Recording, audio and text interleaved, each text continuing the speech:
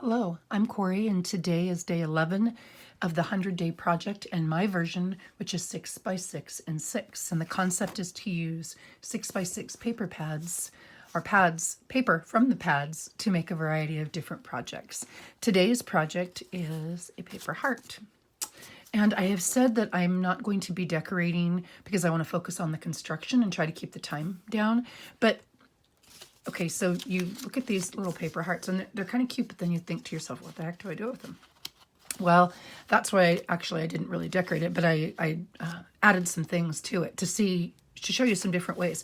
You can use this as decoration on top of a junk journal. You can put it inside of a card or in the front of a card as the top. You can put it in your planner to hold yourself a little note or what have you. You can use it in a scrapbook album if you're wanting to tuck a little note in. So you can use it in all of your paper projects, which is one of the reasons I included it. I thought it was kind of versatile.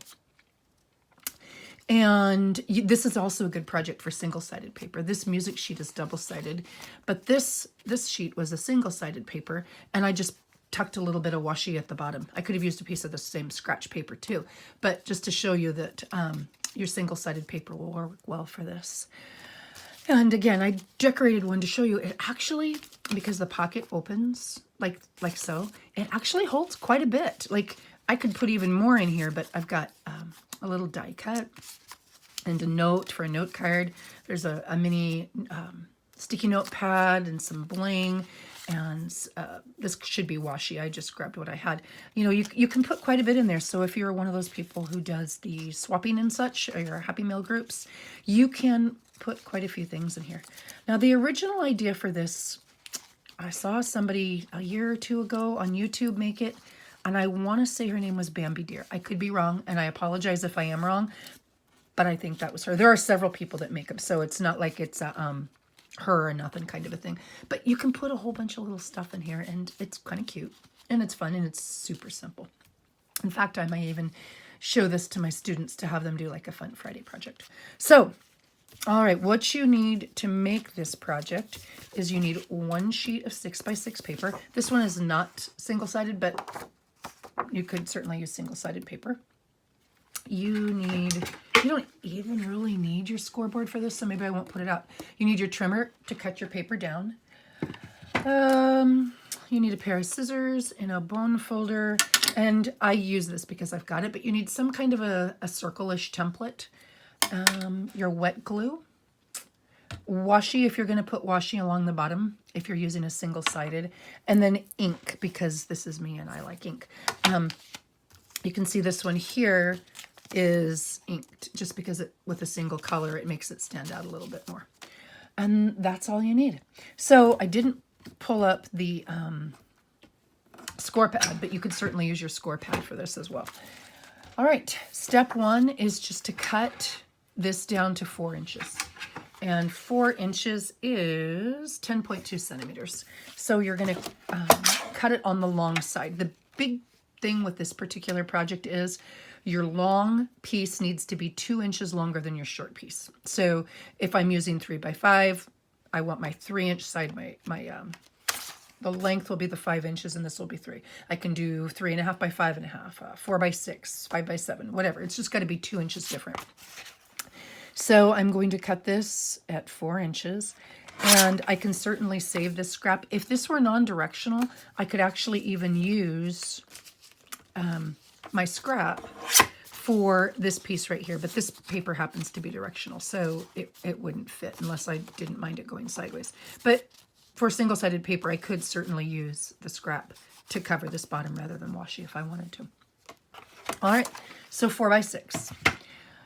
First step is to fold it in half. We call it hamburger and hot dog in school, and I'm going to fold it hot dog. That means the long way. Now, this is where I could score it, and I will because I'm me, but you don't have to. You can just fold it in half.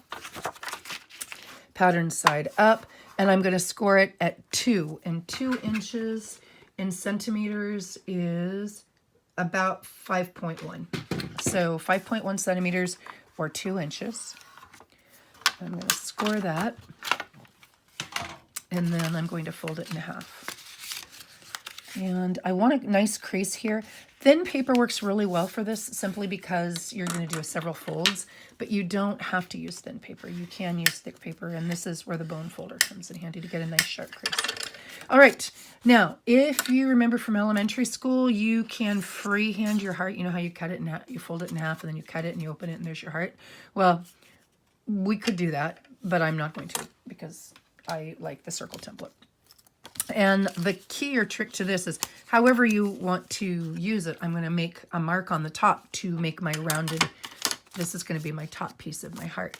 And I want the piece that is folded, where the fold is, I want that to be higher than this piece. Because when you're making your heart, you want this center fold to be higher up than the edge of your heart. So just so that it looks like a heart. So just keep that in mind when you're laying this out to fold it. Let's see if I can zoom this in just a little bit so you can see what I'm doing. There we go. So I'm going to go as close to the top of my paper as possible, simply because I don't want to waste a lot of that paper. And then I am going to trace it. Okay. And then I'm going to, let's see, I'm going to follow that line and cut. It's not, I didn't follow it perfectly, but it's close enough. And if you do want it to come down a little bit here, just like a heart would. So if you need to come in with scissors and take off a little extra, great. And so you're going to have a curve that looks something like this. And when you open it up, it's, there you go. I'm going to zoom back out. There we go. Sorry. There. Okay. See, I didn't make it enough of a point here. It doesn't really look like a heart. So I'm just going to come back in,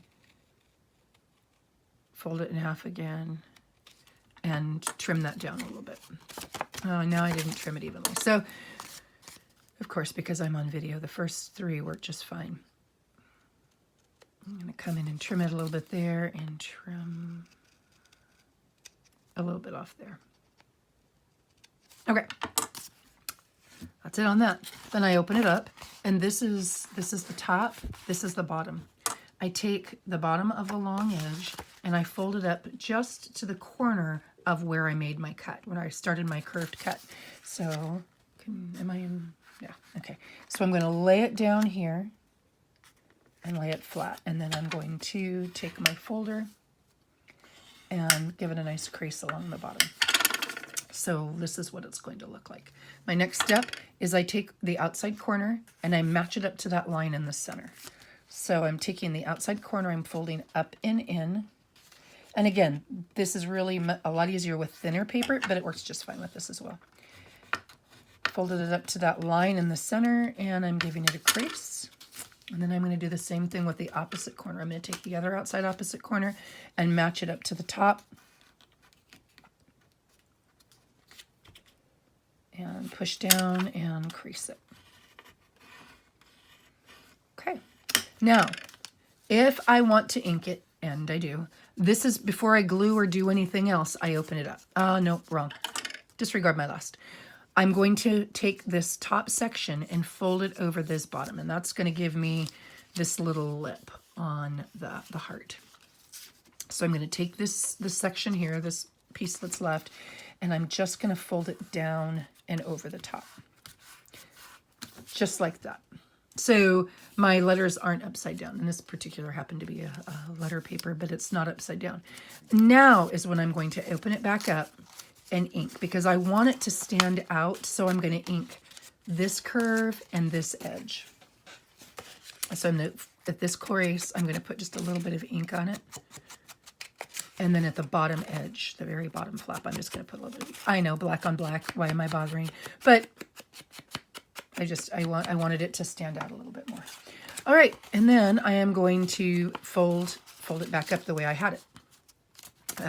Fold in half, fold here, and fold down. And then the last thing I have to do is take this corner and fold it under, and take the other side corner and fold it under, and that's it, I'm done.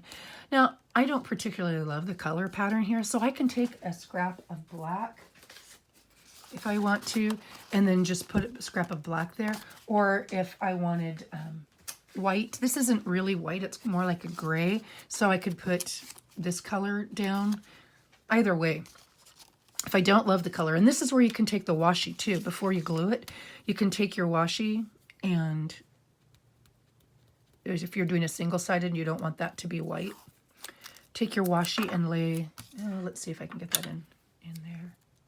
There you go. Take your washi and lay it down, and then lay washi up the edges, making sure it goes over, the sides, because you're going to tuck that around. See, I didn't make that one long enough. Lay my washi down, and I don't have to go all the way up to the top because you can see that flap is going to show. So I used gray washi or black washi just to show you. And then you just fold the washi over. You can certainly glue it if you're concerned about the washi stain, but this isn't going to be something that you take in and out. It's going to sit on top.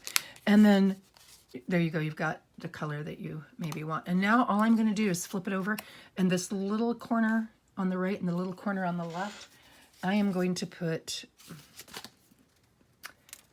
a small bit of glue on those, 1 and 2.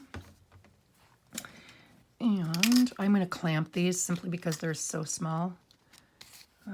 Clamp 1, clamp 2. I'm going to hold them in place, and my pockets are done. This is what they look like. Okay, I'm going to try to zoom back out. All right, somebody asked me the other day how I come up with these. Well, like I said, the internet, I see something and I'll change it. Like this wasn't exactly the way it was. They did for a lot of freehanding stuff, and I made it a little bit more exact.